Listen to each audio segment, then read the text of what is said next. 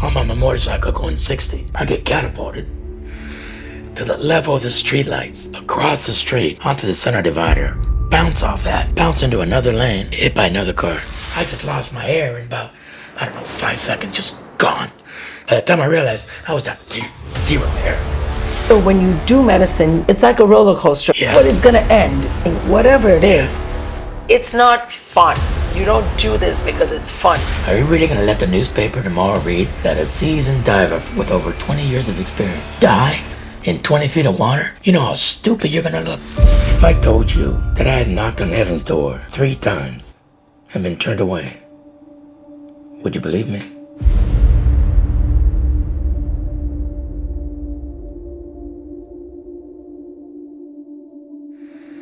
I'm here with the beautiful Anita Landini.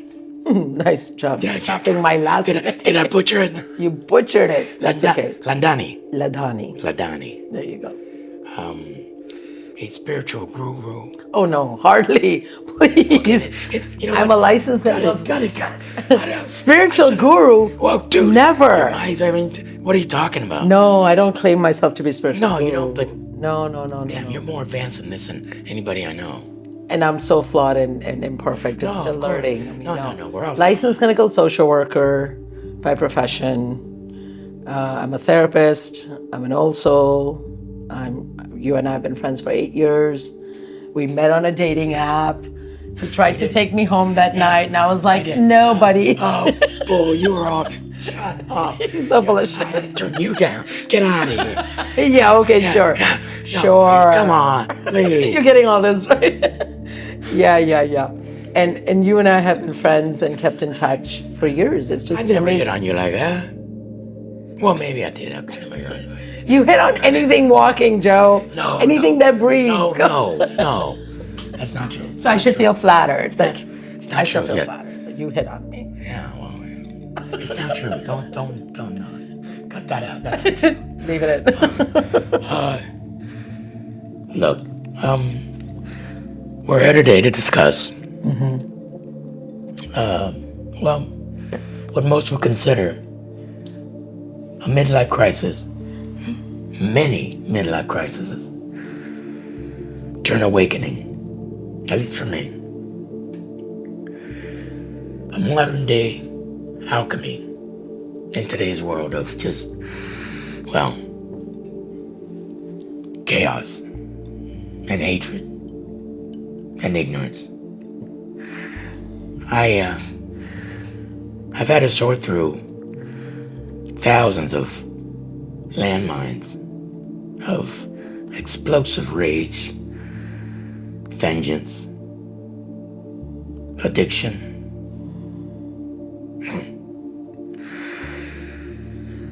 lashing out. Like she said, just being an asshole. A general fucking asshole to so many. Because I found out that thanks to this young lady right here, I found out what was really the root of my issues. And we'll get to that in a minute, because I want to take you through this journey that I've gone through. I've been getting beat up and just annihilated physically practically my entire life. My old man was tough. And then I joined sports and got the, snot beat out of me. And I beat the snot out of other people too, man. I love play football, so I love hitting people. But was continuously putting up with these injuries. I mean, I spent a majority of my adult life hospitalized or treating some sort of injury from either a sport, car accident, motorcycle accident, constantly pushing myself. I got addicted to the adrenaline of various sports. For me, it's like, oh yeah, that looks cool. Oh, I want to take it to the frickin' extreme. And I discovered along the way that my biggest flaw with that was this continued push to prove myself that I could do whatever it was, to prove to myself that I'm worthy, which is insane. It's fucking insane. Was it proving to yourself, or was it proving to someone else? Nah, I'm my biggest judgment. Nobody critiques me more than I do. But whose voice do you hear in your head? Is it your own, or is it somebody else's? No, it's mine. Okay. I'm responsible for my darkness. I am. Okay. No doubt. I carry that dark monster, I guess you could say, all the time. I do everything I can to subside it now. Don't let it control me like it once did.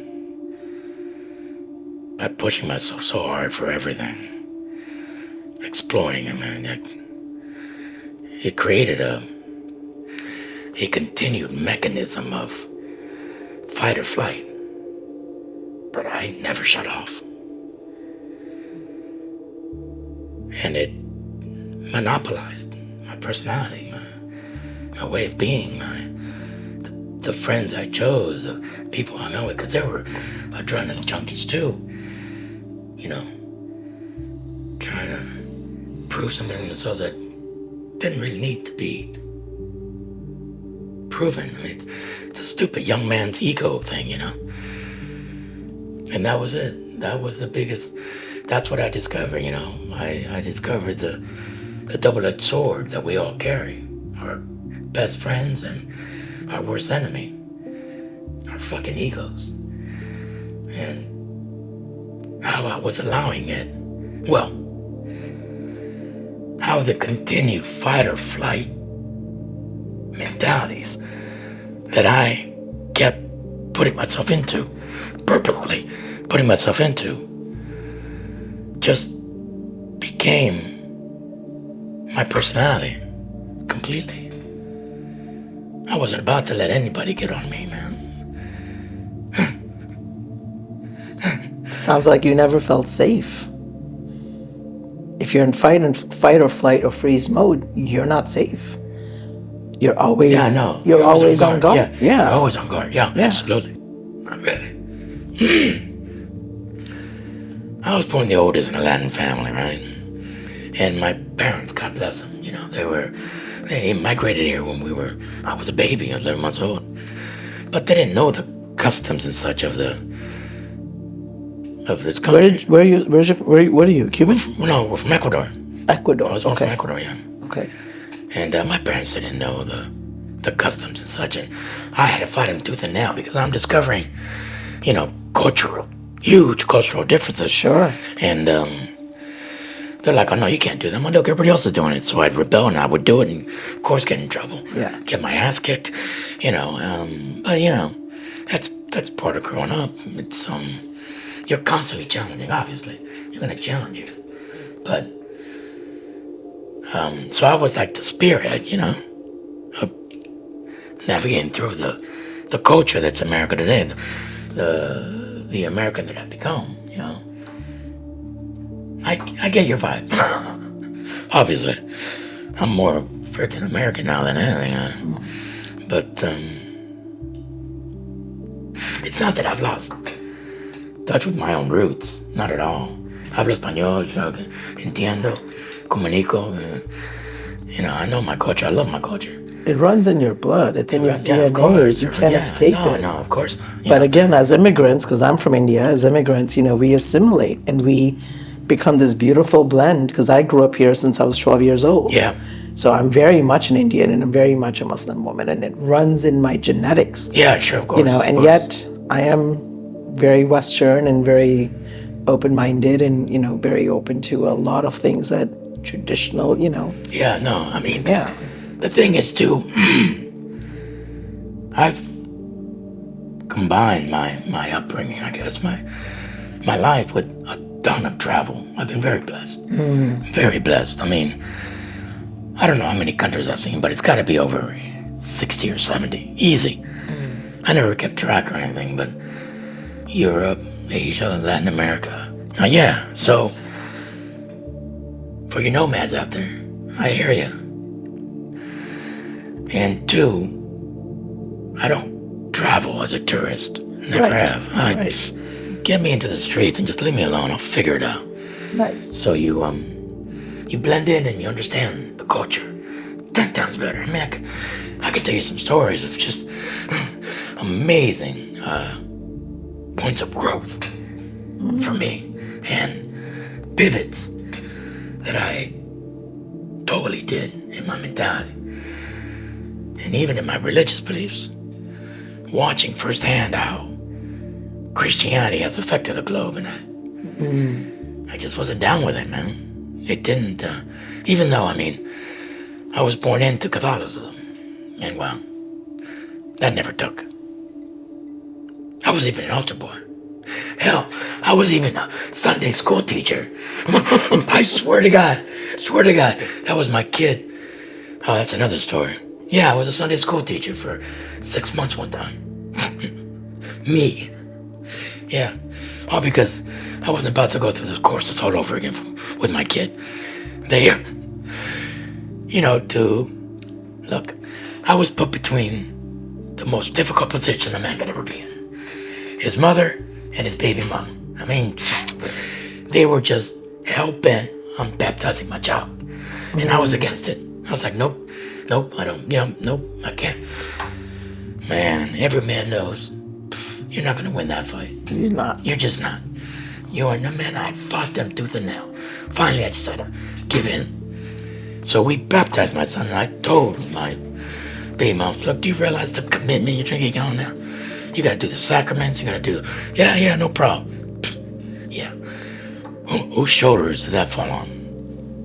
I was one schlepping him to all the, Sunday school classes and stuff. And then the Sunday school teacher got hurt or she got sick. And my son was already a year plus into this program. Said, well, the only solution is starting all over again. Well, no, hell no. Because the classes were at 8 o'clock in the morning on a Sunday. I'm in Plantation. This is East Fort Lauderdale. So I had to get out by 7 in the morning. It's like, no.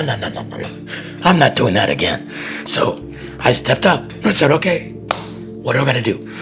So I became a Sunday school teacher and finished out the course with like 30 little kids. I walked them through and just followed it against my own ideologies, against my own beliefs. We finished the class and the kids, went off and did the whole little, but no, a Sunday school teacher, me. Yeah, that was a trip. That was a trip. But anyways, back to what I was saying.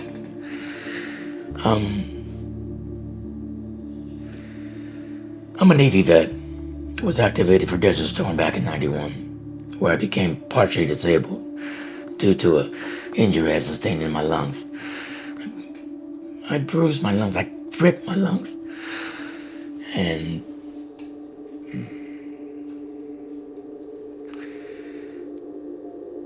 it started this road of just continued tragedies, physical demanding tragedies that I never would have expected. That was 91. I carried that torch until 98 when I was, I rode my motorcycle here. Let me back up. I'm a bit of an IT nerd from the Silicon Valley. I used to work for a lot of corporations in the Cupertino area. And I got this job in Miami. But I was so fried, man. I was just so spent. You live out of a tuka. I mean, I was managing channels of distributions for software companies. So I lived out of a suitcase practically. And I negotiated a 9-week out start date to take my bike from LA to Miami. 9 weeks on the road.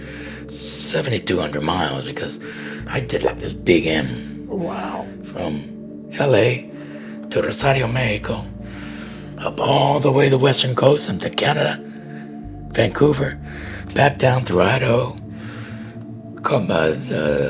what was that? guess that was like Kansas, Idaho, Kansas, Colorado, New Orleans, back up to Ottawa, New York, Philly, came right back down to Miami on my bike. Yeah, it was a great ride. It's a beautiful ride. I got some great stories from that too. I come here, landed in 98. 6 months later, I just dropped somebody off. I just left her house. It's 3 a.m. I come back on US 1, and this idiot runs a red light. I'm on my motorcycle going 60. I beg. I hit the guy sideways. I get catapulted to the level of the street lights, across the street, onto the center divider, bounce off that, bounce into another lane, get hit by another car. I don't remember any of this. I blacked out. I passed, but yet the witness testimony says I was screaming bloody murder. And my body was broken up into 25 different pieces. I was on crutches and therapy for 2.5 years on that accident. But I recouped. Got my legs back. Built my back up. A lot of therapy. I basically had to relearn not so much to walk, but walk with the limitations of this knee and my back. Because I was fucked up. No doubt about it. That's 98. Fast forward to 2008. Yeah. And this is kind of an embarrassing story, but I'm gonna tell it anyways. I'm scuba diving. It's mini season here. You know what mini season is? You could hunt for lobster only like 4 or 5 months out of the year. But before the actual season, there's like a mini festival. It's only for 2 days. Actually, it's for 24 hours, I believe. Or maybe 48, I can't remember. And you just go. Everybody just hits the beaches and starts looking for lobster. Now, mind you, I've been diving for years. And so I'm down there, right? And I'm looking for bugs. And I go to catch one, and I hear this pop. My O-ring burst. I'm 20, 25 feet underwater. Oh my gosh. And about 2 peerlings out. I'm fucked. Yeah.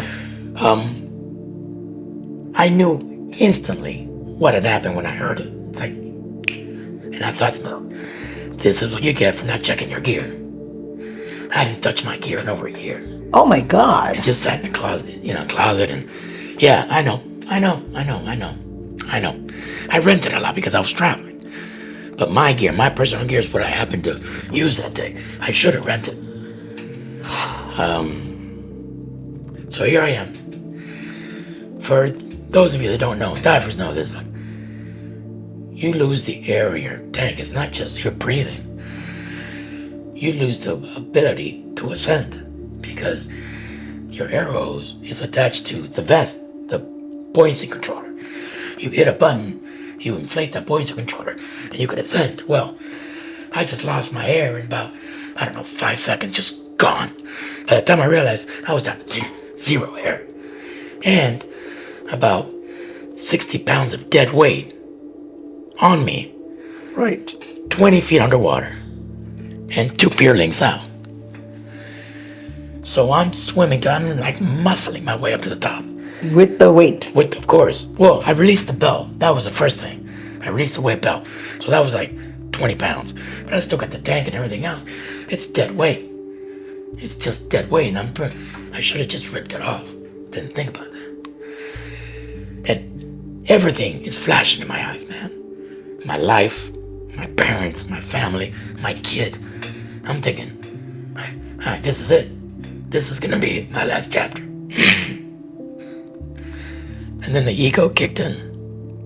It's like, hey, asshole, are you really gonna let the newspaper tomorrow read that a seasoned diver with over 20 years of experience, over 1,000 dives, die in 20 feet of water while lobster hunting? You know how stupid you're gonna look? I swear to God, I swear to you, that flashed in my head. Great. And it just gave me the push I needed to get me up and out of the water. And then I realized I'm 2 pier lengths out. There's no way I was gonna make it. What happens when you lose air like that and you don't breathe? You lose oxygen to the brain, and then you start getting dizzy. Right? You start passing out. And again, I'm 2 pier lengths out, or a pier length. I mean, I'm out there. Luckily enough, I was diving with a buddy of mine, a ranger buddy of mine. He grabbed me and just started taking me back to the beach, yelling, little help, because there was a ton of people there. And another buddy of mine that was on the beach, he's a Navy SEAL. He just came bust, grab his, right out. They dragged me back in. I was out of it, man. I couldn't tell. So they're calling the 911 and all that, right? And I'm just sort of, they take me out. You know, the ambulance picks me up. They treat me, they put me in the ambulance, take me home. I'm out on the way to the hospital. I'm seeing it fade. I'm like, this is it. Get to the hospital. They start, because I was DI. I mean, they just worked me up, right? Then I started coming to, and the doctor tells me, he said, they pumped my lungs. Right? He says I had over a cup of water already in my lungs. Oh my gosh. And he tells me, he said, do you realize that only half a cup of water is enough for you to be done? How in the hell you made it here with that? It's like, I don't know.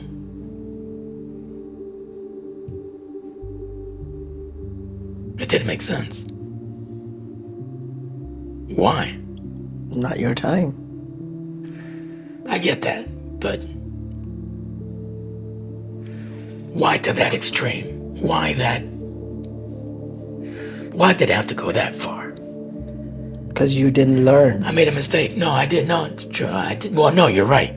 You're absolutely right. You didn't learn. That's my point. I didn't learn it in any one of my accidents. Right. That's why you keep repeating it, and it got bigger and louder and worse until and bigger you learn. Risks. Right. Bigger until risks. you learn.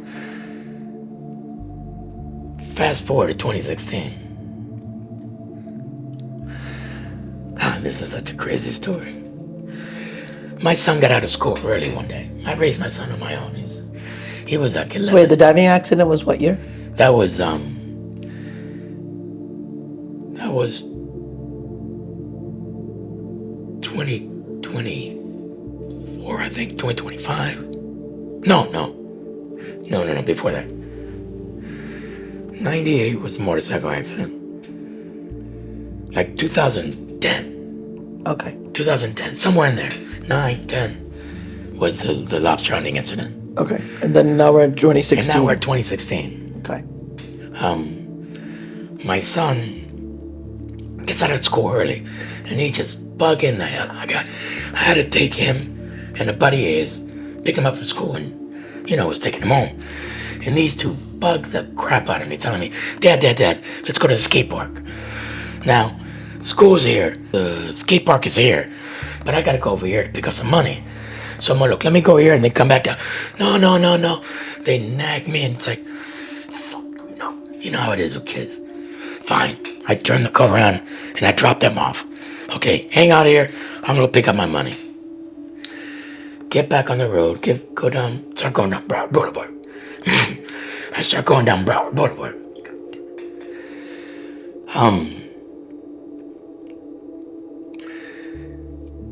And as I'm making a right into my client's cul-de-sac, right, to go pick up my money, because I was doing a job for him in his bathroom. I was remodeling his bathroom. Had some guys in there working. As I'm making a right, this guy in an Escalade comes barreling behind me, going 85 miles an hour in a 35 mile an hour zone. Oh my gosh. It's me. Flips my truck onto another person. And this woman, 78-year-old grandma, housekeeper, coming out of the cul-de-sac. Ay, ay, ay. Broke her back at 78 years old.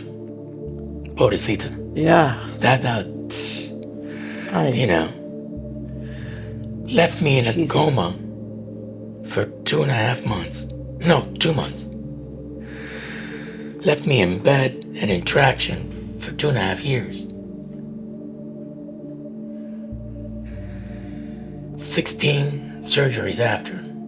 To this day, actually, no, I think it's 17 or something. I don't know. That I've had in my neck. When they intubated me out of this accident, when they brought me into the ER, again, I was unconscious. They were resuscitating me on the street. I even had my seatbelt on, and somehow I got thrown from the car. Oh, wow. You could see it flipping. He hit me with such intensity, and I'm driving a Toyota Pathfinder. No, I'm sorry, 4Runner. I mean, you know how heavy those cars are. Not to mention, I got an easy 1,000+ pounds of tools in the back. Hammers, chisels, pneumatic hammer. I mean, you name it. That shit just went flying everywhere. Got hit everywhere. Long story short, as I'm going to the hospital, I'm done, dude. I'm done. Get woken again. I'm in the hospital for 2.5 months. I'm sorry. Basically, I'm dead. In a coma, I'm yeah. a piece of dead wood. I'm a rock. And this whole time, I remember having some seriously violent dreams. I mean, just bloody. So you remember them from the Oh, coma? every second of them. Every instance, because they'd come and they'd go, and then they'd pick up, and then they'd cut into another scene that was just as bloody, just as ugly. It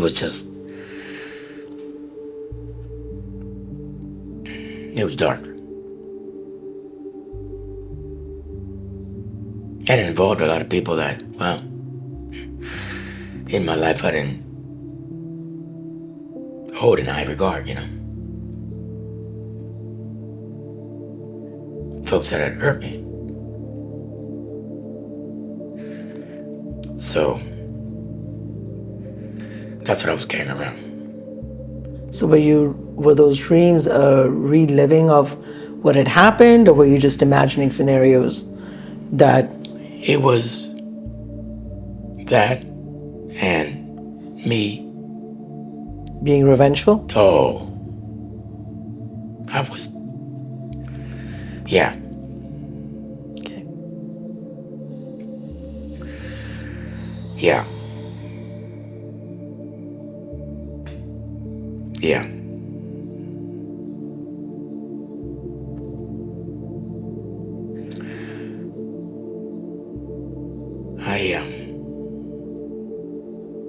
I know what I'm capable of. And I never want to go there.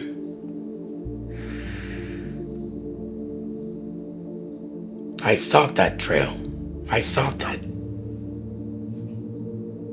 rabbit hole when I was laying in the hospital. I so wanted revenge on that motherfucker who did that to me. Because all the doctors are on, look, man, this, for life. Oh, that's when that happened? Yeah, that's when, well, in that accident, there was, I was intubated, Obviously, because, I was gone, man. So the doctors put it in, and it was at Broward General. And they ripped and tore my vocal cords. Yeah. And let it be known right here and now, you damage your vocal cords, there's no replacing them. There's no fixing them. There's no ulterior products that you could attach to it to, mend. You're screwed. The procedures that are the procedures to treat the vocal cords that are being done today, to try to save them, are the same things they've been doing since the 40s. Wow. And none of it is really effective. The vocal cords are a real tricky thing. But at least you have a That's nice, what I learned. but at least you have a nice, sexy voice now. Do I? Sure. Yeah. Okay. We'll go with that. We'll go with that. Thanks. I'll take that. I'll take that. That being said, it wasn't so much the accident. It was the medical treatment that I have. But because it was life-saving treatment that I had to have, they're free of any malpractice. Because this, I thought for sure. I could have, I looked and tried, talked to attorneys. This is an acceptable standard in the medical industry because it was a life-saving treatment that they were doing. So, Sure. okay, swallow that pill. So, I wake up from this coma, and the first thing I see are my parents and the son, that flown in from San Diego. I had no idea. I didn't even know where I was at and what. And then my dark monster woke up. I had no idea during the coma I had multiple violent seizures. Just like, it was so bad they had to strap me down. It was so bad that they had to even sedate me even more. Dang. With the Propoloff and morphine. Propanol. I mean, bro, I've been through the rainbow of opiates from this thing, from Propoloff, is that what it's called? Propanol, I think. Propoloff, whatever. The milky stuff that Michael Jackson took. That's what it is. Okay. That stuff. I was doing 8 units a day of that stuff. And the doctors told me, dude, 2 units is enough to knock out a horse. You were already in a coma. I was already in a coma. And to keep me in the coma, they were giving me 8 units. Whatever that is in milligrams or millimeters, whatever. I have no idea. But I remember seeing the report. 8 units. And the doctor was like, man, I can't believe every day to keep me sedated. Because, well, my dark passenger, right? My dark monster, man. I was having a field day, man, between I don't know if it was the devil or Jesus Christ wrestling for my soul. I'm convinced of that. It was a fight. It was a wrestling match between good and evil for me, man. That's what I thought. Mm-hmm. Because I never in my life have had such violent thoughts. Ever. Ever.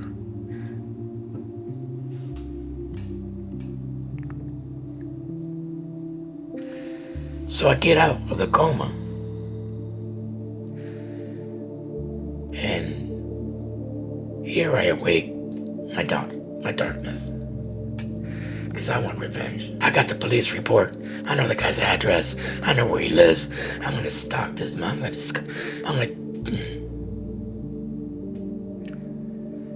I didn't, by the way, for the record. Because of that, I was enraged. I was stuck in a bed with all these tubes. I was taking them out, and then they too told me, we're gonna have to strap you down. Because I was literally taking stuff out. No. They came in, or we can't sedate you more because we want you, but if you can't function, we'll have to strap you down. To restrain you.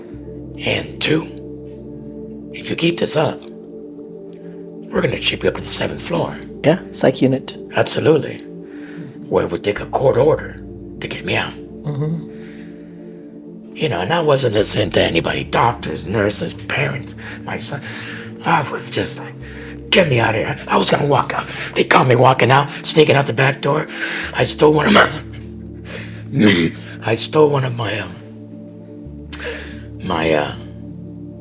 neighbor's pants. I was because I didn't have any clothes. My clothes were all torn to shit, and I was bloody. They were all cut up. And I was getting out of there. I was telling my 15-year-old son, bring the car around. You know how to drive. I've taught you. It's enough. Just drive. Just give me just bring me out of here. I was enraged. But little did I know, Oh, before I get there, on the night shift, while I'm there, and she reminds me a lot of you, Nurse Rashimi, kindest soul I ever met. I was strapped, and I was like so vile to her. Get the fuck out of my room. Get the, men are the worst patients. I mean, we are. We're impatient. Men are the worst, period. I mean, Shut the fuck up. Oh man, we can't be controlled. It's Rashini. That's the thing. Roshni? No, Rashimi. Rashmi. Indian woman. Indian. Yeah. Yeah. Oh yeah. She was in. Yeah, Rashmi. She'd come in every night. Every night. It's like, Joe, come on, calm down. I know this isn't you. Calm down. No, God damn it, this is me. Get me the fuck out of here. I'd be literally, man, trying to. It's like, Joe, every day she'd sit there for hours with me, just calm my hand, just to calm me down. She asked me if I was religious. No, I don't believe in it. I'm not. Like, have you heard of Vipassana? And coincidentally enough, my ex-girlfriend was really into Vipassana. She, went and took the course, took the 10-day meditation. The retreat. She went to the retreat. Yeah, 10 days. 10 days, yeah.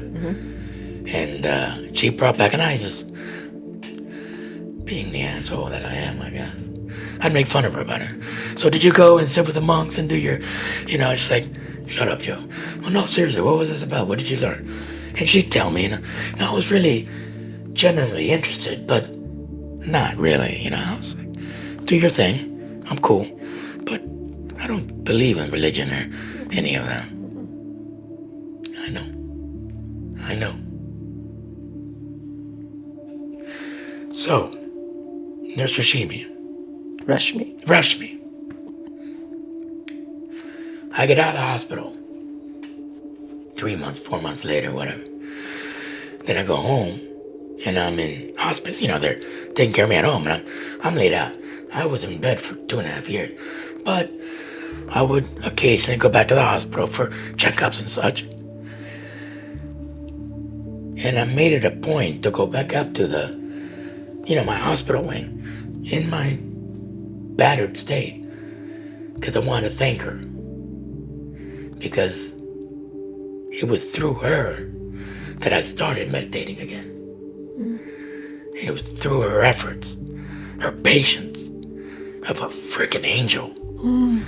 Of the, Joe, it's okay, you're not like that. I am. I was like, there's a picture floating around the internet, and it's of the Buddha. And half of it's Buddha, and the other half is like this like Medusa monster.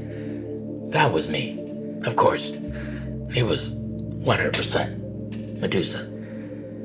And I was taking it out on this poor woman. Well, I was taking it out on everybody.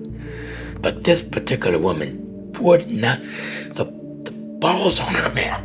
I mean, who's gonna dare walk into a room where where there's a mentally disheveled, mentally broken, spiritually non-existent vet. That took guts, in my opinion. I was really surprised. Joe. No, Joe, no. Stop touching me. I wasn't looking for her. There was no nurse regime. The nurses, nobody knew about her. I went down to HR and asked for her. Nobody. I just got full body chills. Now, mind you, I was flying high, man. Propofol, morphine, Vicodin, Oxy, yada. So, I don't want to know. I'm not saying, but I wasn't exactly my. So how would incorporate it? Maybe I was just dreaming. So I've worked on a psych unit. Yeah. I mean, I did. So I know Nurses don't You worked have. at Broward too, right? No, I worked at Memorial. Memorial, okay. Yeah, I worked at Memorial Regional. And nurses don't have time to sit and, first of all, touching, and especially ain't nobody going to bother doing that. Yeah, no. They got 15, 20, 30 other patients to deal with. No one's sitting there, and you had an angel. And you were chosen Indian. Your angel was Indian. No, she chose me, I guess. I didn't, Well, yeah, clearly. I didn't pick. I mean, it just... But Rashmi. Interesting. That is so interesting. Yeah. Wow. Then I was all in. Once you realized that she Once didn't exist. Yeah, once I realized that this was, I'm like, holy shit. Then I just delve into it. Start reading up on Vipassana, looking up how to do it and the processes it takes to, because you got to qualify. You and I met when? How many years after that? Oh, yeah, it was. You hadn't done Vipassana. No, I had. You had already done Vipassana? Yeah, Okay. I sat with it twice. Ah. I did it for 20 days. Oh, overachiever you. Back to back, that's what I'm telling you. So what year did you do Vipassana? Well, I had to get the medical clearance because I couldn't travel for years. I couldn't drive, obviously, because of the seizures. You know, you gotta get clearance. The doctors weren't giving me any leeway. They're like, "You've been through so much. We're gonna take extra precaution with you," because I guess of the psych aspect of it, you know. Absolutely. And nobody wants to take a risk on it before they sign off. Yeah. It's their license. Yeah, it's their license, of Yeah. course. So I honestly could not tell you what year I did. I can't remember. You and I met when? We was- figured that out. We've done this twice. I think 2018, was it? 2018. So it was maybe I did- 2016. So I did Vipassana. Oh no, it couldn't have been. No. No? Should I look at my phone? Because we always go up to our messages and see, okay, when was the first time we started texting? You know. Had I already done you know what? medicine? No, you're right. I met it after you. Of course. You what? Of course. I did Vipassana after. Because I went in November of 2017. So did I talk to you about Aya at our first date or just Vipassana? I don't even know if we talked about Vipassana. It must have been. Because I remember you telling me your girlfriend had been, or one of your exes had been. Yeah. I remember you telling me. Yeah. Yeah, and how you made fun of her. Yeah. Oh yeah, I did. Yeah. I did. So you went, I remember, I remember you telling me you were going to go. And you went and Yeah. you did Vipassana. Okay, interesting. And then I don't know. But it must have been later. Like 2020. COVID? No, No, before COVID. 2019. Okay. It must have been. Okay. Because I wasn't up and about for about 2.5 years after the accident. So then 2016 yeah, was so the then I'd accident. already done medicine also. Yeah. Yeah. And I remember you telling me about medicine. Medicine, yeah. I finished in the Vipassana course. It's 10 days of... Well, you explain it. So Vipassana is incredible. It's a 10-day silent meditation retreat, and you commit to going for the entire 10 days. And it's sitting for an hour at a time. The gong goes off for an hour, but you're sitting and basically learning how to meditate the Vipassana way, which was originally, introduced to India and Nepal and Tibet and all those places by Goenka, who's passed away many, many, many years ago. I think he passed away in the 80s, but his recordings continue, and it eventually made its way to the West. You can attend Vipassana anywhere around the world. It's completely free. They give you a place to stay. They feed you, but you have to commit to 10 days of no phone, no TV, no reading, no writing. 10 days of sitting, and it's like spiritual surgery. You can't just get up in the middle of 4th day or 5th day and say, I'm out. You're going to want to. Because shit is the hardest thing. As calm and peaceful as it looks, inside you're just going through your internal war and clearing. And so it is a very powerful experience. And you know, it was, yeah, beautiful. You know, there was an interview I remember seeing with Denzel Washington years ago. I mean, like, I was in college, and they were talking about he just shot the Hurricane. You know, that movie about the boxer, where he bulked up, right? He was freaking buff. He was doing 2 or 3 workouts a day, just to, you know, get ready for the role. And the interviewer was asking him, so what was the most physically demanding role have you ever taken? He says, well, forget the Hurricane. It was when he did the Bone Collector, where he had to sit and lay in the bed completely still for 6, 8, 10, 15 hours a day. Says that was excruciatingly more difficult than working out like a madman 2 or 3 hours a day for months. Because physically, when you're moving around, you're distracted. But if you're sitting still, then you have to go within and you have to deal with everything that you have pushed and buried, and now you got to deal with all your shit. And then you can't escape it. You can't escape it. You're there, and that's what this Vipassana really just unlocks it. No, you sit here and think about it. So let me tell you my little story about Vipassana and that retreat. Where did you go, by the way? Which location? Texas, You went to the Houston location. Fort Wayne, I think it's what. Was Not the place out of Houston. It's like an hour away from Houston. It was Fort something. I don't remember it because it's been so long. They have more than one in Texas. Oh, okay. I thought it was out of Fort Wayne or something. Place like that. Out in the woods, out in the middle of nowhere. Was it a Buddhist little monastery? Yeah, we went to the same place. That beautiful That's out of Fort Wayne, right? I don't remember the place. Yeah, but it's like an hour away from but Houston. it was out in the sticks. Yeah, stunning, beautiful, beautiful location, beautifully manicured, just gorgeous, lovely, like a golf course. Beautiful. But all these gorgeous, like those little the bridges and the lakes and the river. We went to the same place. It was really cool. Big, huge, big. Yeah, you know. Yeah. 50, 80 acres, monster. Yeah. Anyways, so I go, and you know, you do the registration and you turn in all your phones and no laptop, nothing. You start indoctrinating yourself into what you're going to be experiencing for the next 10 days.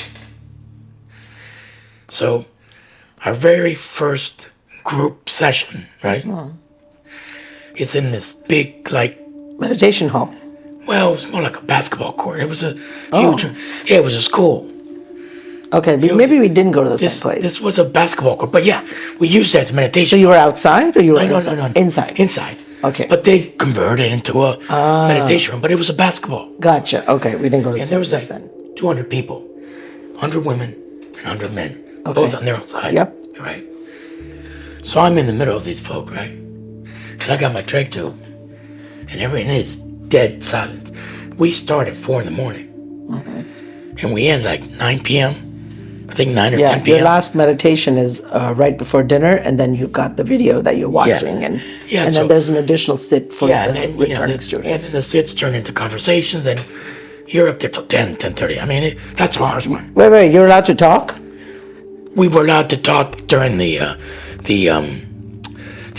was an exchange with the teacher. The teachers, yeah. But that was only every few days. That was not every night. No, but but then after the movie they showed you were allowed. You could go up to the teacher. And then we'd go to the teacher and talk, and people would stay back. Right. So we'd stay late. I mean, got it. I'm telling you, we start 4 a.m.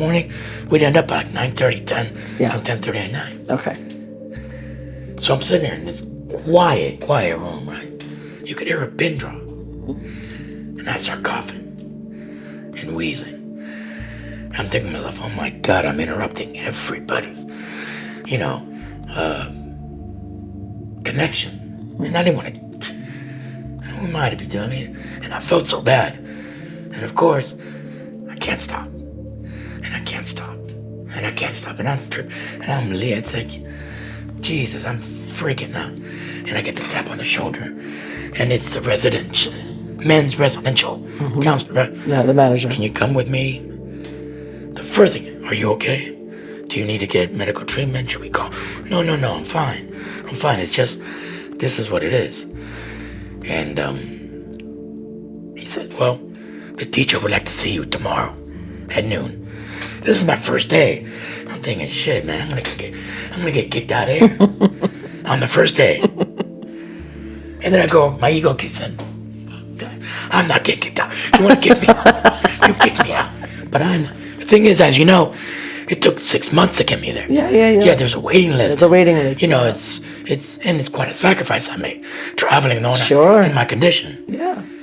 And I went in there with a bit of an attitude, you know. And he was so kind. He's like, first and foremost, right off the bat, are you okay? I see you're coughing. Do you need medical attention? No, teacher, no. I got it. And he says, what can we do to make you more comfortable? And then I brought up the fact, look, I'm very sorry that I'm, disrupting everybody's, connection. I'm like, no, don't worry. That's about irrelevant. That. That's nothing. Yeah. They just gotta ignore you. Yeah. In life, there's always, That's it. don't worry about that. Yeah. I'm worried about you. Oh, no, I'm fine. So, are you sure? And then he starts explaining that the course I'm about, this day 2, is incredibly physically, mentally, and spiritually draining. He says, are you sure you're up for this? No, but I said yes. I had no idea, You don't know what you're signing up But for. I'll be damn, I'm not gonna quit. I'm not quitting. If you want me out of here, I'll leave. But I'm not quitting. No. And he says, well, what if we move you to the back of the hall? So that way it's not as... And I was perfectly okay with that. So I went in the back and I still get coffee. It just... With the tube, if I turn my neck, the tube touches the esophagus and it's irritating and it causes, So here I am, going through this, right? 5 days into it, I get sick. I catch a flu. Now, mind you, catching a flu for anybody else is it's a flu. For a person with a respiratory condition and a trach tube, like it's a deal. It's a situation. You gotta be vigilant because the secretions come, and then this get blocked. And I'm only working with maybe a 9% airway anyways. So if this gets blocked, I could be, so all sorts of things are going through my head. And I get sicker and sicker. But I'm prepared. I brought my drugs. They let me keep because of my condition with me. So, and that showed there was prescription and all that. So I'm taking my steroids. I'm taking everything I need. However, I start thinking to myself, man, did you see that steakhouse down the road? I'm eating a vegetarian meal. And I'm thinking, man, what if I just quit? I could be out of here, go get a hotel room, go to Dallas, get a big fat juicy steak, baked potato. I'm like fantasizing over baked potato with butter, drenched in butter and chives all over the place. I know the feeling. Yeah, of course. Yeah. As opposed to this little thing of The vegetarian. Yeah, the vegetarian. And it's good, but man, and dinner's not even a dinner. It's just a light fruit. It's crackers. Yeah, and fruit. It's like, what, You get breakfast and lunch, and then the food, Yeah. So I start kind of feeling sorry for myself. I'm thinking, maybe I should just quit. So I asked to see the teacher. And again, sweetest man, nicest. First thing out of his mouth, are you okay? Do you need medical attention? Should I call 911? No. But he knew that I was getting sicker and sicker. Because I picked up the bug from, it was really like hay fever, 'cause we were out in the sticks. So he tells me, what's wrong? Oh, I've got this, but you brought medicine. Yeah. Are you sure you're okay? I can call an ambulance. No, I'm good. I brought my remedies. I'm prepared. So what's the problem? Well, I guess. So what's the problem? I'm coming up with every frickin' excuse in the book. Oh, I'm not feeling well. I don't know if I can make it. So what's the problem? What's the problem? Let's get to the bottom. Let's get to the bottom of it. Yeah. I don't know. Maybe I should quit. Do you want to quit? And then I'm like, shit. No. So what's the problem? Well, and he kept asking me. I was like, this guy like, two guys. What's the problem? What's the problem? There wasn't no problem. Welcome to Vipassana. That's exactly how he said it. This journey of yours is going to make you dissect everything that gets thrown at you. And it's uncomfortable. It's a very You want to run. Yeah, of course. Not only that, but you're looking for every excuse to quit. Correct. You want to run. Yeah. You want to run. And yet, yeah. when you sit with it, you come through the other side, and it's just a level of calm and peace. That you're 10 times more stronger for doing than not. At that moment, I was all in. I was, this is what I need. I really need to settle these demons, and really. And the thing about that I really loved about the Vipassana is scanning my body and the sensations around it. Mm-hmm. That was very cool. Astronomically transformative for me. Yeah. Because it brought you present. You weren't able to run. Yeah, and there was no past or present. You had to be. And you connected to your being. You Absolutely. connected to your physical being. Where Absolutely. You connect the dots between connection with the divine and external bullshit. Well, and your body. And your body. And you feel it. You know how if you have an itch here, and I had pain everywhere. My knees, my back. I mean, imagine. Feeling those sensations, those pain points, and just letting them go. Letting it go. And staying focused. That's Vipassana. Brother, I'll tell you, it's one of the most powerful tools I've ever had to use. It's not a religion. It's not a religion. It's not a religion. It's a way of being. Well, it's a mentality of rethinking your present state, where it doesn't interfere with your emotional state. No matter how you feel, you know, I'm not gonna let it alter my way of thinking. Sure, I'm in pain. Sure, this hurts. Sure, this could feel better, but I'm not gonna let it grind me down and start building up that feel sorry for me. You know what I mean? That defeatist mentality. It's powerful as all hell. So I finish the 10-day. And now we could talk, right? Now we could talk freely, right? And everybody's coming, oh my God, I can't believe you're a badass dude. Oh my God, I can't believe you're like that. Right, so what he means is after the 10 days that are silent, yes, then the silent is done. Yeah, then no more silence, and then everyone, you've been moving for 10 days with 50, 100, 200 people in your case. I think we had about 100 people in our camp. People, yeah. And you see each other, the men and women are moving in separately. I don't know if your camps were separate. Oh yeah, absolutely. Yeah. There's no commingling. There's no commingling. So you're even walking, you're eating separately, but you obviously see and hear and feel everything in the hall. And for the first time, you now talk to people. So yeah, I get it. And I'm like apologizing profusely, like, man, I'm so sorry I interrupted you. They're like, no, man, you were an inspiration. Yeah. Because I was obviously the only one there with this. And they're like, bro, no, and I made some really good friends on that trip, bro. And I'm still friends with them to this day. Nice. We connect, we travel together. No, that was a stepping stone for me into this new, what do you call it? Place of being. I can't remember the word I'm looking for. It brought me closer to the peace I sought. I wasn't there yet. Then, was it Bumble or Tinder that we met? No, it was mindful meet or something. I think it was in chubbychasers.com. You were chasing You better cut that shit out. Cut that shit out. You were chasing me. No, it was literally a website for That was mindful. mindful. I don't even know if there exists, but yeah, Mind meets, mindful meets. mindful meets or something. Yeah. That's what we meant. And You hadn't done Vipassana at the time.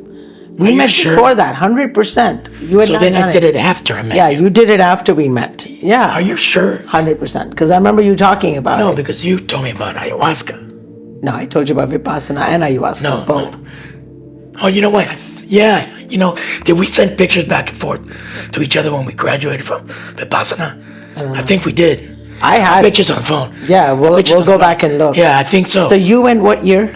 I can't remember. Okay, so I went November 2017. Maybe it was 18 then. Yeah, so I'd already done it. So we talked So it was about probably it 18 then. then. Right. 18 or 19. And 18, I had probably just done my first ceremony with grandmama, medicine, ayahuasca, yeah. And then And you told me about that. I told you about it, yeah. But then we connected again in Years 21 later. or 22, and by then I had gone to Soul Quest. That's what it was. I had gone to Soul Quest in February of 21, and I came back, and that's when I connected that year, and then you I picked did up. in 22 then. Yeah. Because it was like a year later. Yeah. Then yes. Because they had the wounded veterans program, and yeah. Yeah. Yeah. And this beautiful young lady introduced me to another form of connection. Ayahuasca. And brother, fucking A. Fucking A. That's all I could say. I mean, we could say a lot more. Yeah, no, but and I will. yeah. And I will. And I will. Mother Aya. Grandmama medicine. Definitely was sacred medicine. Yeah. What a trip. She opened up a whole new world for me. Man. You know, there's an old saying, or I don't know, explaining the difference between Christianity and spirituality. And they say that Christians, the doctrine of Christianity, Catholicism, Christians live their lives so they don't go to hell when they die, right? Spiritual folks have been through hell and vow never to go back. That's why they're spiritual. It's a fork in the road of. And Mother Aya taught me the hell that I was carrying in me, notwithstanding the hell that I'd been through, but the residual effects of that hell on my soul. That you continue to carry with I you. still continue and to continue to torture yourself. Even though the event had been done and was over with, you were continuing to relive that hell by choice, although you didn't realize you were choosing probably in the moment, but you felt, because we hold on to things because we feel like they're going to give us strength and we feel that they define us. And if we don't let go of that, then we're going to somehow, not exist or not be as strong and powerful. But it's a fallacy because that stuff just keeps you, absolutely. that just keeps you. Just because you're past the event, just because the tragedy is behind you, the aftermath, how do you react to that tragedy, makes the tragedy 10 times worse. That's a trauma. That's trauma response. Yeah. That's you carry it for decades. Now I'm not saying that all tragedies are like that. Some are 10 times more significant than mine. But I've been through some shit too, And I'll tell you, going through those storms, I knew I wasn't the same person coming out of them as I was coming into them.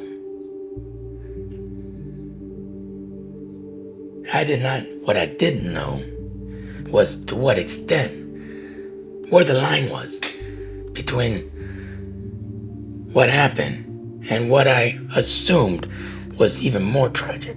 You know what I mean? Like the burns. The meaning you give because, it's all in my head, And 2 was the power of me flipping that script. The power came to me when I realized that the burden that I was carrying, the storm that I'd been through, were significantly less than what I was making them out to be. Same thing with the drug addiction I experienced with Oxy. I was popping Oxy like Pez. 50 milligrams, 3 times a day. When was this? When I left the hospital in 2016. So before you went, yeah, okay. And I did that for almost 2 years. 2 fucking years on Oxy. Yeah, I was having a problem with it. And I was getting it from everywhere then. And the thing is, like I was saying, the disconnect between the actual pain I was experiencing from the tragedy and the pain I was building in my head and using the tragedy as an excuse. I could not honestly tell you Which one was what percentage was greater. What Sure. I couldn't. To me, the quick remedy was just pop those pills and not feel the Not pain, feel. not feel the And I'll tell discomfort? being on Oxy, I don't know if you ever taken it. I hated it. I really did. But I loved the feeling that took, because I connected it to the tragedy. And just, it meant there was pain, pain, Oxy. It just, like peanut butter and jelly. You have to do this. And of course, Western meds are, yeah, sure. I was getting prescriptions like Pez. These pain clinics down here, believe me, if you do research on it, find out the opiate epidemic. Did you know about the prescriptions being written in Broward? In Broward County, the amount? I don't know the amount, but I know that it was a huge issue that was... More prescriptions, like almost exponentially more prescriptions, were written for oxycodone in Broward County than the entire nation. Wow. Yeah, man, it was on a documentary. It's on Netflix, I think. Check it out. Damn. That's not me talking. That's, And then I realized, I remember seeing that while I was thinking, it's like, oh shit. That was another. I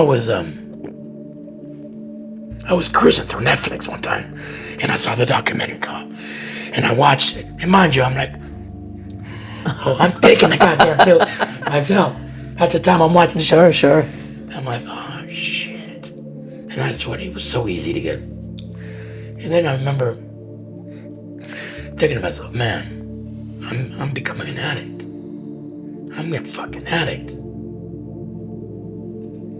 Then the universe answered my call. A dear friend of mine, Mitch, known for years, comes over to visit me, right? Check in on me. He's a kind man, so he'd buy me groceries. He was just there to help, because I was comatose. He says, hey, man, you ever tried CBD? I'm all, look, I'm no stranger to the herb, bro. I mean, come on. I grew up in Southern Cal in the 80s. I've tried practically everything there is. But I never tried CBD. So he says, his wife, who had cancer, had, gone through chemo and radiation and all that. He says, she did it, and it completely transformed, brought her appetite back, gave her the pep. And I'm like, get the fuck out. I'm like, that's not gonna, so try it. And he went and got me a bottle, and he brought it over to her. And I tried it. The first day, nothing. The second day, because you do it every morning on drops under your tongue. Second day, nothing. The third day, however, fuck, I was up. I was like, damn, man. I got my, I'm like, wow, I put myself in that condition mentally. I know I had. At that point, I realized, dude, I'm good. I got up, did about 6 loads of laundry, because imagine, our place, my son and I were living together. Our place was a fucking mess. So I did about 6 loads of laundry. Started cleaning up the kitchen. And started cleaning up my desk. Because I had this in my mind the whole time. And I started working on her. And working on her. Anyway, I'm getting ahead of myself. My son, he was a teenager at the time, like 15, 16. Comes out of the room, of his bedroom, he's like, in the summer.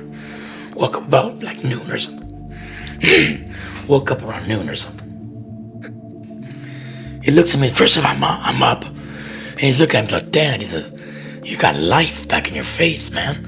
You got color, you've got life.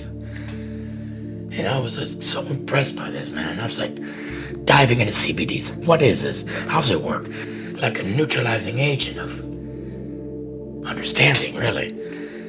At that moment, I knew that my dependency on oxy Was done. was just meant and done. Oh yeah, I nipped that shit in the bud. I hated it, but it was all here. I didn't physically need it, but I. So that's when I was up. From that point forward, I never lay down again. I mean, except to sleep. And that was another challenge. But anyways, I realized to myself, I was like, damn it. I'm putting myself into these positions. I'm choosing to put myself into these agonizing positions. For what? Sympathy? So then I started getting my mojo back. And two, started focusing on my foundation, the Mother Ocean Fund. We'll talk about that later. But it's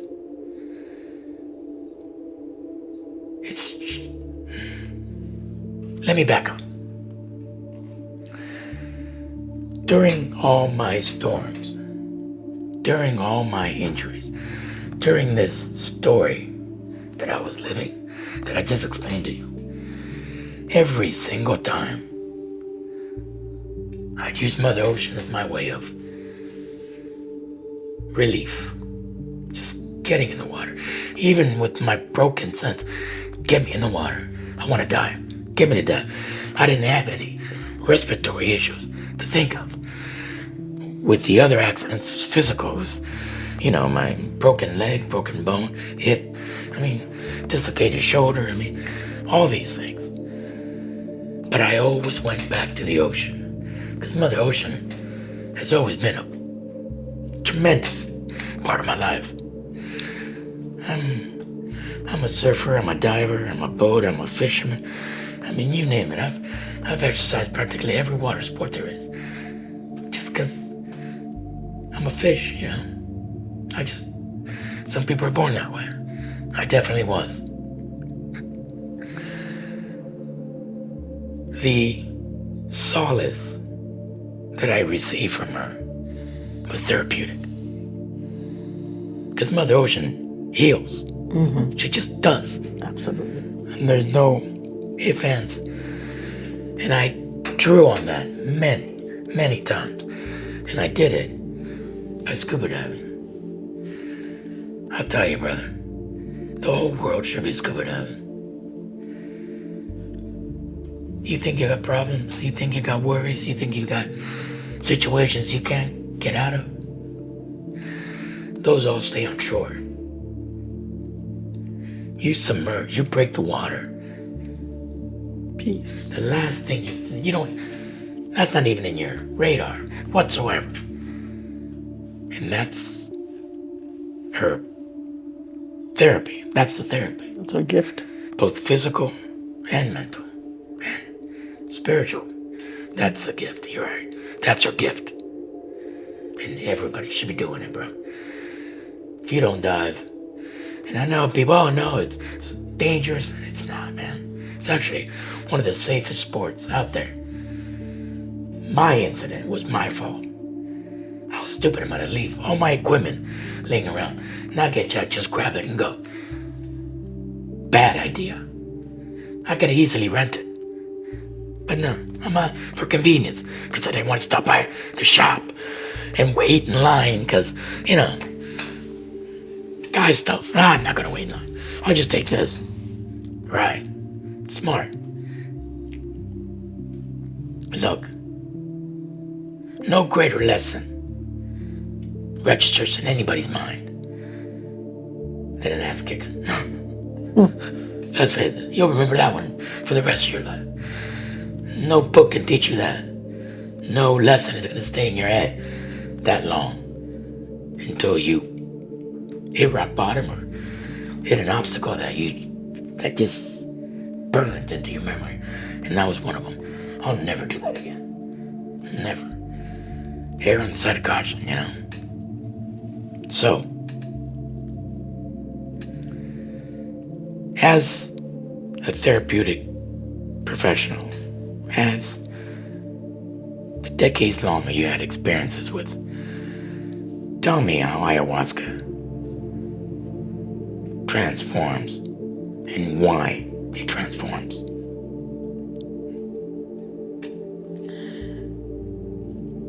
So as a licensed clinician, I can't speak to the benefits of ayahuasca because I'm not allowed to. It's a Schedule 1 drug.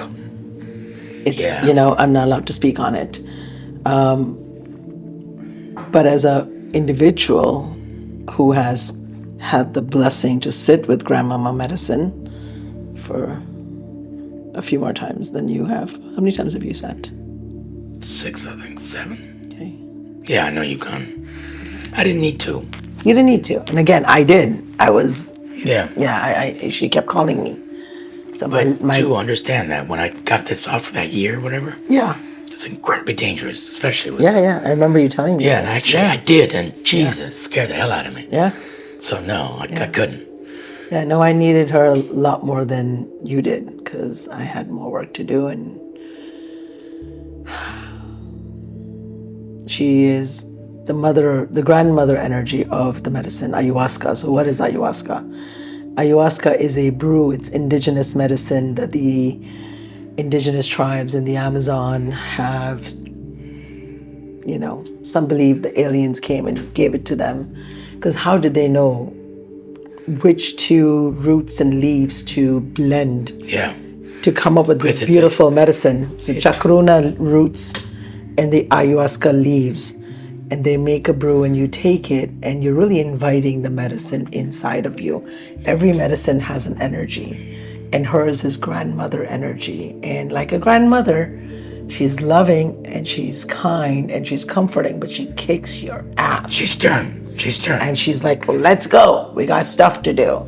So, you know, there's grandfather energy, which is in peyote, and it's in rape or hape, which is a tobacco. It's very grounding medicine. And that's a very different energy versus a grandmother energy.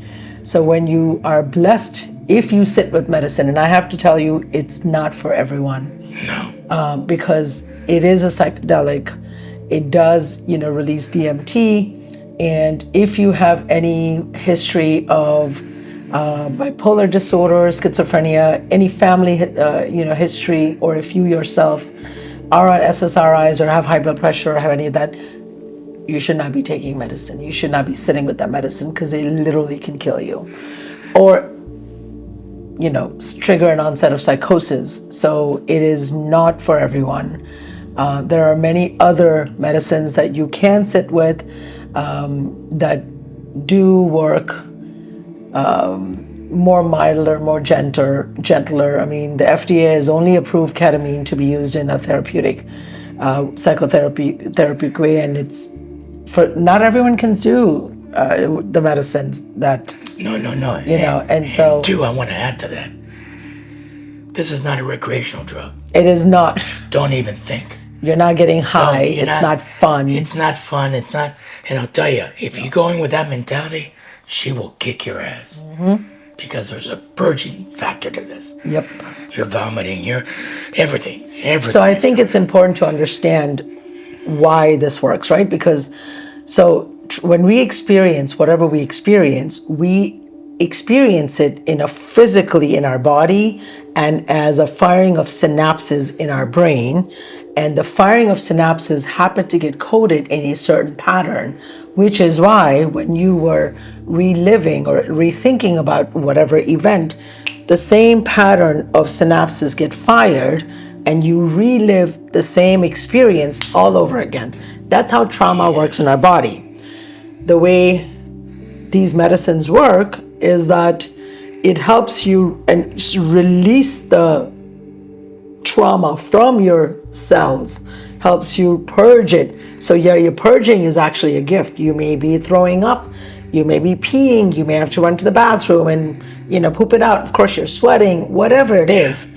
It's not fun. You don't do this because it's fun. You do it because it's medicine and your soul yearns the healing that comes from this medicine. And like I said, ketamine is the only approved, FDA approved safe medicine now. And it's a very mild medicine, but it's safe enough for most people. Of course, you have to go through the assessment evaluation process to get prescribed, but it does similar stuff where it rewires your synapses and you connect, you're able to, and there is purging. No, yeah, of course. So, and even while you're purging, and you're like wishing to God it's over. No, come back. And like you're in your worst possible state. I mean, literally hunched over on your hands and knees, just like letting everything go. There's still this calmness, sense of love and peace and goodwill. Yeah. Inside you that you've never felt before. I assure you. Yeah. But it's crazy, man. You're throwing so like your insides are turning in. You literally are throwing up. Your insides are being twisted. I mean, it's the most aggressive, violent purging that I've ever done is when I'm on medicine. Incredibly violent. But I mean, it's Jesus. You're safe. I know I'm safe. I know I'm being loved. And also, when you do medicine, especially after you've done it a couple of times, you realize it's going to end. It's like a roller coaster that's like, yeah. But it's going to end. You just got to surrender and ride that out, because at the end of it, you're going to feel exhausted, but you're going to feel calm and grateful. Point. Like I said, even though you're going through all this and it's physically challenging and like violently explosive, you're fearing. Oh my God, I'm gonna lose it. You have this gentleness about you.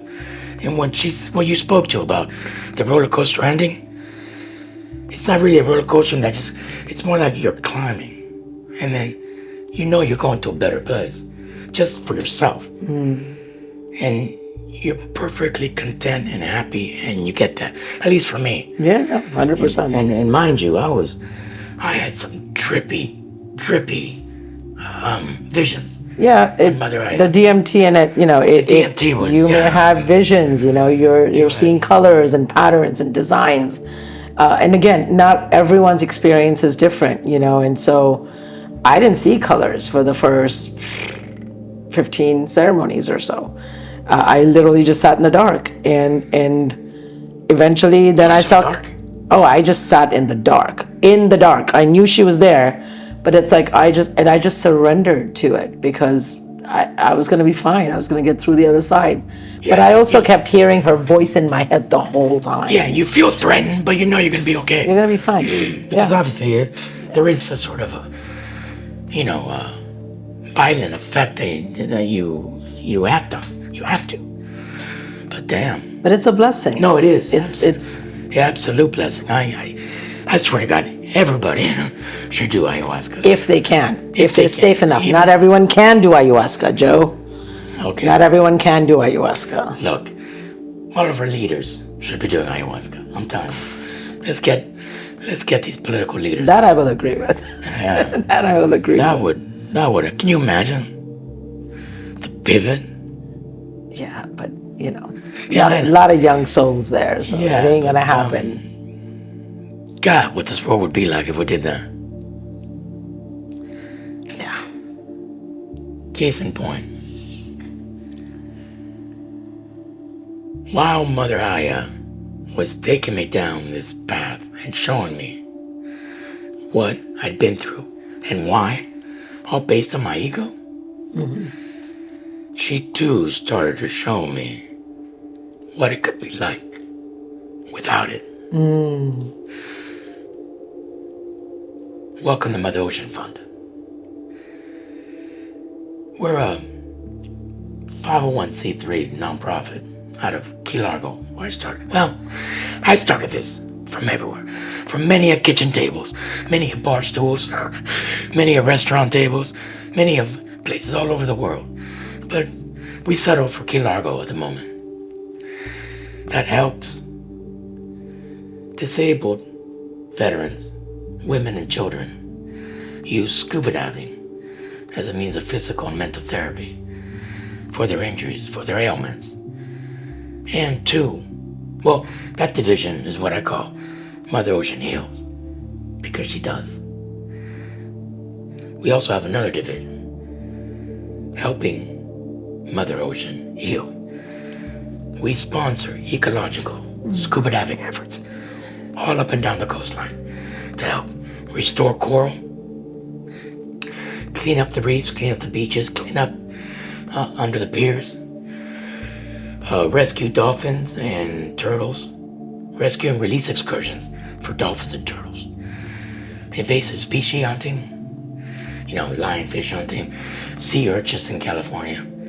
We facilitate those efforts by financing them through this fund. Everything for and from Mother Ocean. What I'm trying to do is bring attention to the gifts that Mother Ocean provides that we all take for granted. The fund acts that exact same way.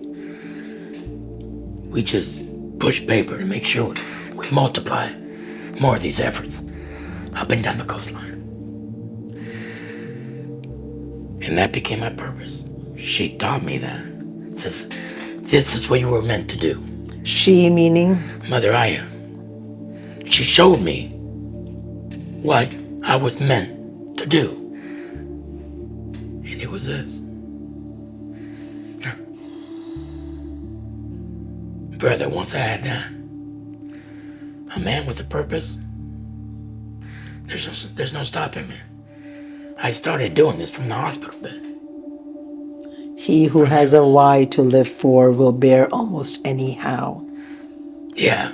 You know who said Good that? point. No idea. From Man's Search for Meaning, Viktor Frankl, who went through a Holocaust and survived. And his form of therapy is called logotherapy, is helping people realize their why. He who has a why to live for will bear almost any how. That's beautiful. And there was no how big enough to stop me, no doubt. Mm-hmm. And believe me, I've ran into many, many, many obstacles with this project. Insurance, lawyers, minutia, business minutia. Yeah, logistics. Whatever, yeah, it is whatever. what it But is. some serious, workarounds had to be created to form this and to effectively,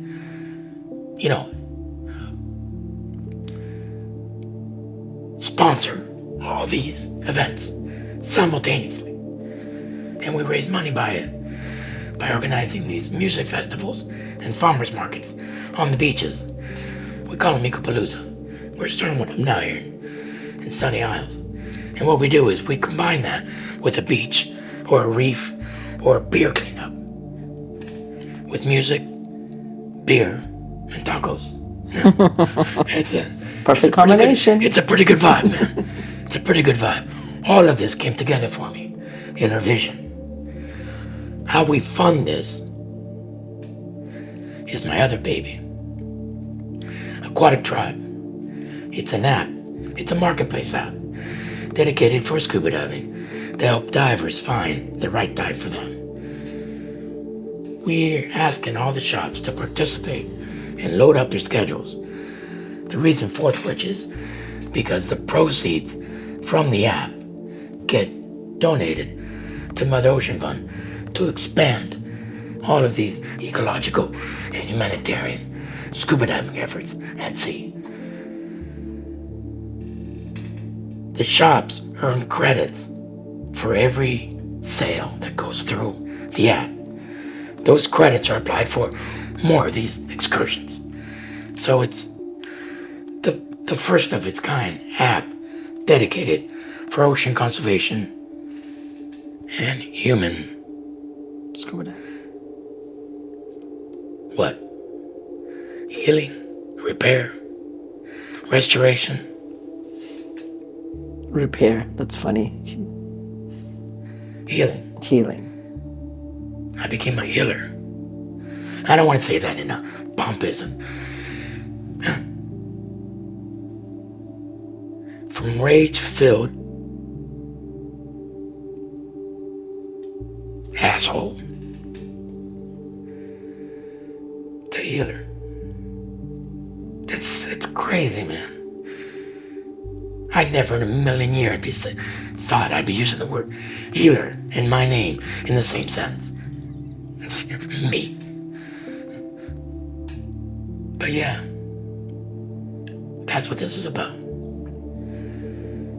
Turning a midlife crisis into an awakening. An alchemy. In every sense of the word. By every definition. And I'm grateful. I'm so grateful for that. Because I've gotten so much more out of it than I've put into it. Although I put a lot into it, obviously. But, and I'll tell you this. Once I found my purpose, I started finding my way, trying to put it together. Even though I was creating it, the ideas were coming through me. I had connected it to a power source I've never in my life have experienced, ever. I wasn't driving the bus, man. Sure, I was pushing it forward, but I was just merely a conduit. Absolutely. It's amazing how this all just evolved right in front of my eyes, and I'm thinking, what the fuck, man? This is not even rational. Doesn't make it, but it made all the sense in the world. Everything I've ever done, from career to personal to family, whatever, made me. Prepared you me for for this exact moment, 1000%. Absolutely. Completely prepared me for this. Yep. That's It's how insane. it works. That's how it works. That's how it works. You're right. There's nothing That's wasted. exactly. There's nothing wasted. And again, it's a little, when we go through these different lessons that are here to teach us, it's a little whisper the first time when we ignore it. Then it's a little, and you go, ugh. And then you go, yeah. And you ignore that. And then the roof falls on your head. Then, yeah. And you go, what the fuck? Oh, that's what you were trying to do. Ah, now it all makes sense. Yeah. Nothing's wasted. Everything is helping and preparing you for exactly what your soul came to do in this lifetime. I said a lot. We'll leave it at that. No.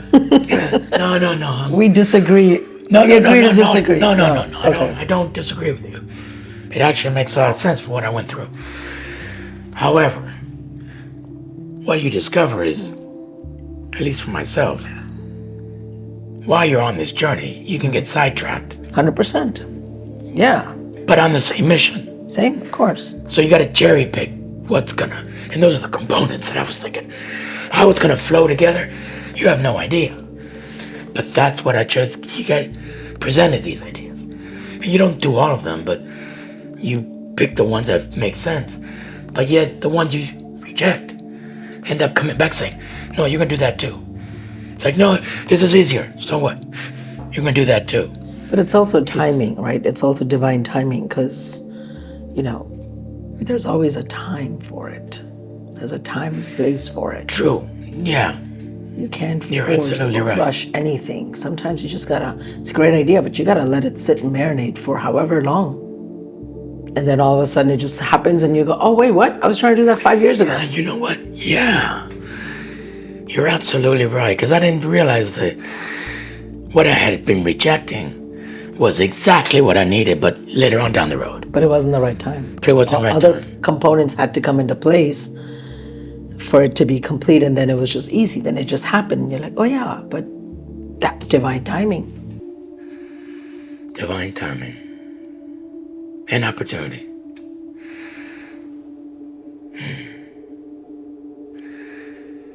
So, What now?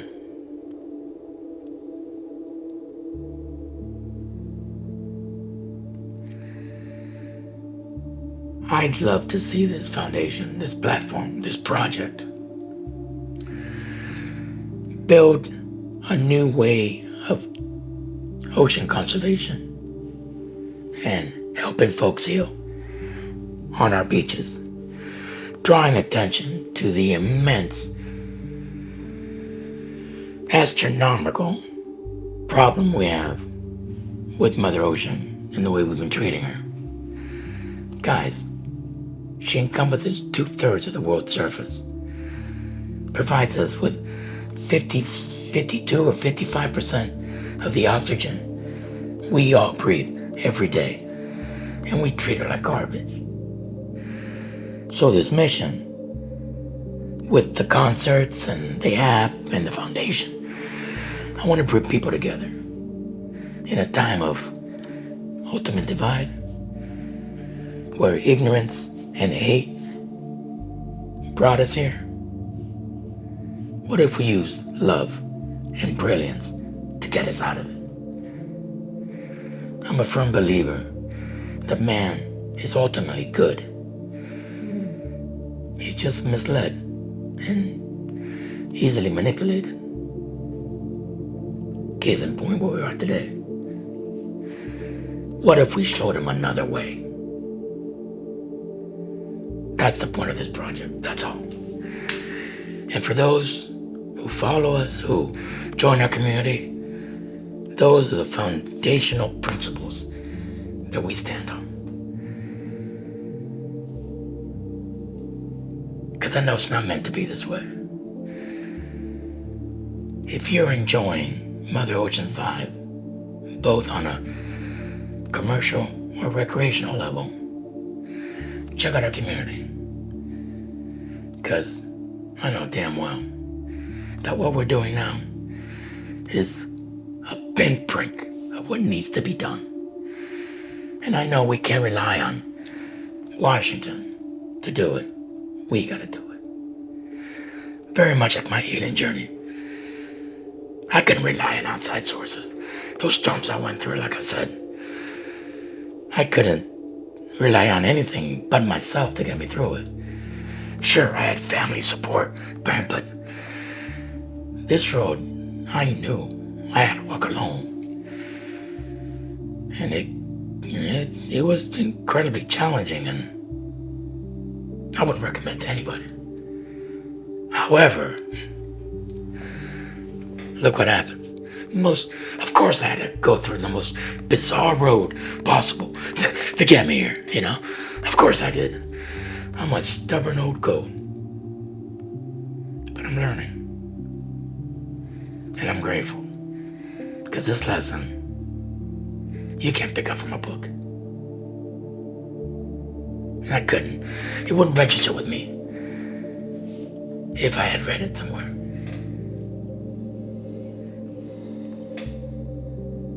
So now what? Gratitude is a great place to be in because everything stems from gratitude and love. And it seems like you know, so everything is energy. That's the framework I work in. Emotions are energy vibrating at a certain frequency. Love is the highest frequency there is. Love, gratitude, courage, authenticity, vulnerability, generosity, right? If love is the highest, what do you suppose is the lowest? Oh, hate. Nope. Guess again. Anger, fear. Fear.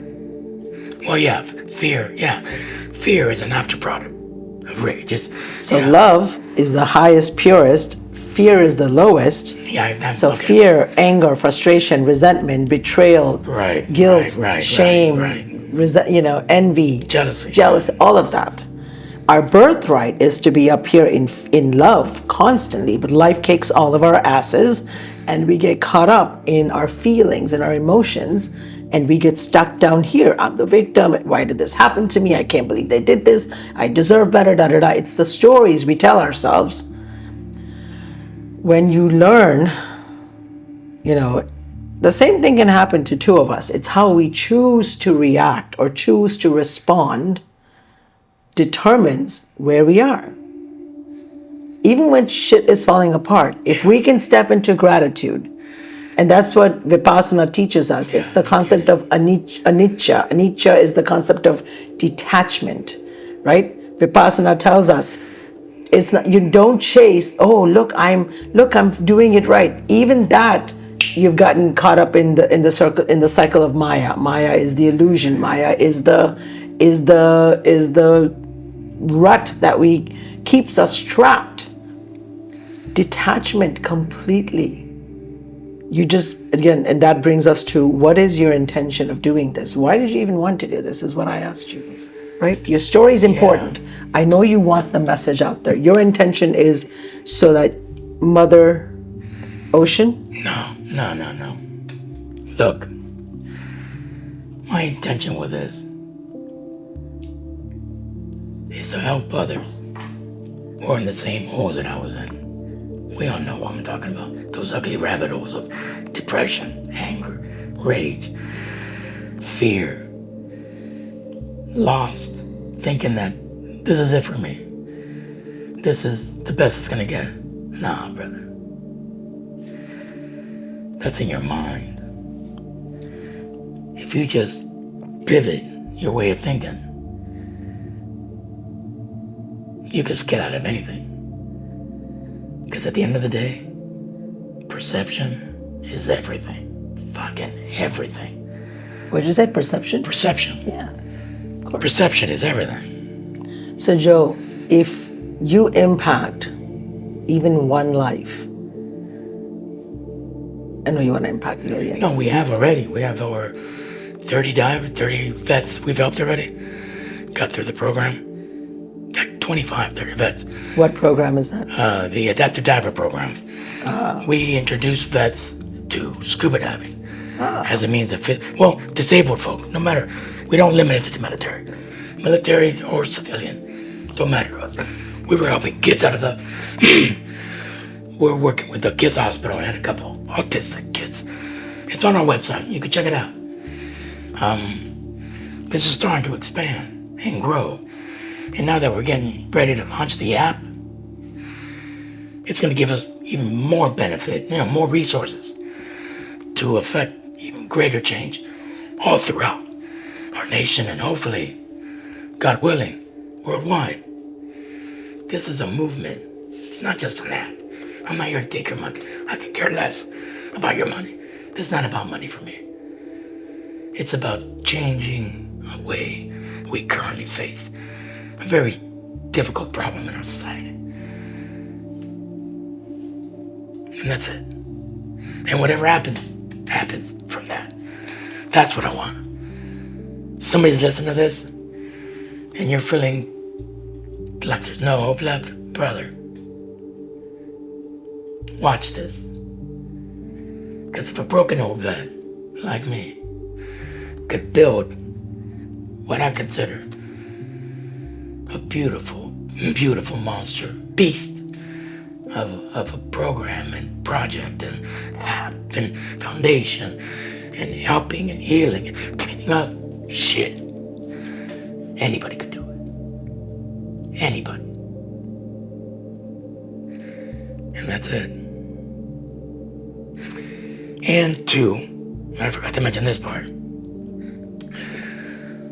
Miss Aaliyah Fredericks was so kind to me. She's another influencer that I met on TikTok who focuses on manifestation.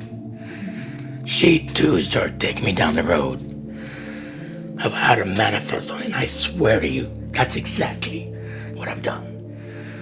All the years thinking about this, all the years planning it, ripping up, grabbing paper, oh, it's not gonna work, that's not gonna work. Draft and redraft and redraft. It connected my neurons. Perfect. Absolutely. Perfectly aligned to this. I couldn't have done it without that. I couldn't have. Because to be completely honest with you, I am not this clever.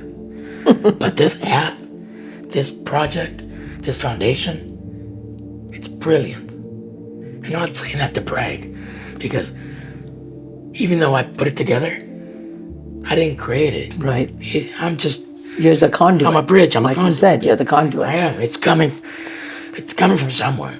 God, the divine. Whatever you choose to call it. God, Creator, Allah, source. Buddha, whatever. Creator, source. Creator, yeah. source. It's not me driving the bus. I guarantee you that. Although I am driving the bus. Right. It's insane. Maybe I am nutty. Maybe it takes a sheer streak of madness to do all this. That's what they say about entrepreneurs, though. Mm-hmm. They are a bit mad. Because who's going to purposely put themselves through the agonizing pains of building an empire? Because you're going to get your ass kicked. One break at a time. Empires aren't built overnight. I know, but you could just get you should just get a 9 to 5 and go and not worry about it. That wasn't going to work for me. That never has. I've always been a hustler. Yeah. Feel complete? Yeah, I think so. Okay. Anything else?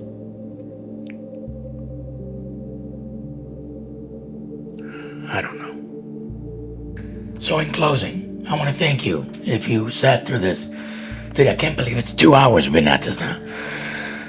I mean, last time I did this was on another day. We sat in a cafe and had the exact same conversation for 9 hours. Damn. 9 hours we sat there. Breakfast, lunch, and dinner.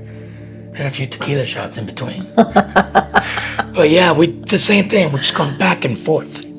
Just explaining and understanding and questioning and doubting and pondering and crying and yeah, man. Thank you. Thank you for coming here. Thank you for helping me. Absolutely. No, seriously. I couldn't have done this without you. I tried. But sitting up here in front of a camera and just I couldn't feel comfortable, although I did it. But I needed this interaction. I needed my yin to my yang. In closing, I want to thank you for sitting through this for 2+ hours. Hope you get something out of it.